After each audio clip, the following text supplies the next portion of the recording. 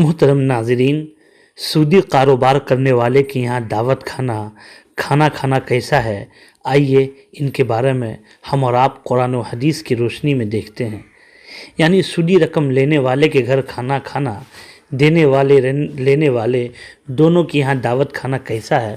آئیے دارالعلوم بیرونی ٹرن اور دارالعلوم فتویٰ کیا کہتا ہے، دارالعلوم دیوبند کا فتویٰ کیا کہتا ہے، ہم اور آپ سماعت کرتے ہیں۔ سوال: میرے نانا کے اسٹیل مل سے بہت سال پہلے ریٹائرمنٹ ہو چکی ہے، لیکن ان کی کوئی پینشن نہیں ہے۔ انہیں ریٹائرمنٹ کے وقت کچھ رقم ملی تھی جو انہوں نے بینک میں جمع کرا دی، اس کے ساتھ ساتھ انہیں اولڈ بینیفٹ فنڈ سے بھی کچھ پیسے ملتے ہیں۔ میرے 4 ماموں ہیں جو کہ پرائیویٹ جاب کرتے ہیں اور ان کی بھی تنخواہ مناسب ہی ہے، جن میں سے ایک شادی شدہ بھی ہے۔ انہیں اپنے گھر کے خرچے بھی چلانے ہوتے ہیں۔ اب مسئلہ یہ ہے کہ میرے ماموں میرے نانا کو بہت تھوڑی سی رقم دیتے ہیں خرچے کے لیے، جس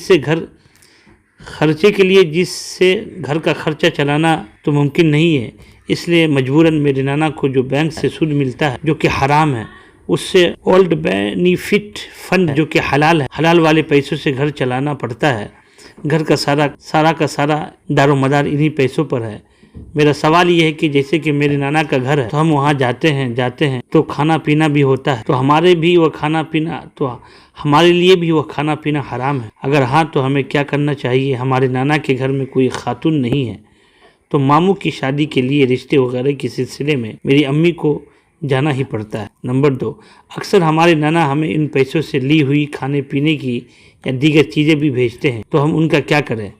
نمبر 3، عید پر عیدی بھی بھیجتے ہیں، اس کا بھی بتا دیں۔ آئیے اس کا جواب سنتے ہیں۔ الجواب: صورت مسئولہ میں آپ کے نانا کے گھر کھانے پینے میں کچھ تفصیل ہے۔ نمبر 1، اگر آپ کے نانا کی آمدنی خالص حرام ہو اور وہ اپنی اس متعین حرام آمدنی سے کھانا کھلائیں یا ہدیہ دے تو جان بوجھ کر ان کا کھانا کھانا جائز نہیں۔ نمبر 2، اگر آمدنی خالص حرام ہو لیکن وہ اپنی اس حرام آمدنی سے کھانا کھلانے کے بجائے کسی دوسرے شخص سے حلال رقم قرض لے کر کھانے کا انتظام کرے تو ایسی صورت میں بھی کھانا کھانا جائز ہے۔ نمبر 3، اگر ان کی آمدنی حلال بھی ہے اور حرام بھی، دونوں آمدنی جدا جدا ہو، تو ایسی صورت میں اگر وہ حرام آمدنی سے کھانا کھلائیں تو اس کا کھانا کھانا جائز نہیں ہوگا، اور اگر حلال سے کھانا کھلائے تو پھر اس کھانے کو کھانا جائز ہوگا۔ نمبر 4، اگر ان کی آمدنی حلال بھی ہو اور حرام بھی ہو اور یہ دونوں قسم کی آمدنی ان کے پاس ہے، اس طرح مخلوط ہو کہ ایک آمدنی کی دوسرے آمدنی سے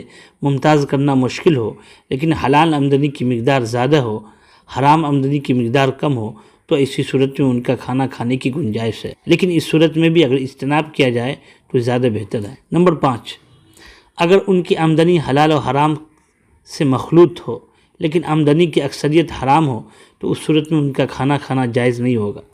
یہی حکم دیگر اشیاء کا ہے جو ان کی طرف سے ملے۔ صورت مسئولہ میں آپ کے نانا پر بھی لازم ہے کہ وہ بینک میں کرنٹ اکاؤنٹ بنائے اور سودی اکاؤنٹ کو ختم کر دے۔ تو ناظرین، آپ کے سامنے مکمل طور پہ بات آ گئی۔ اگر اور بھی کوئی مسئلہ آپ کو جاننا ہو تو ضرور کامنٹ کریں اور بتائیں۔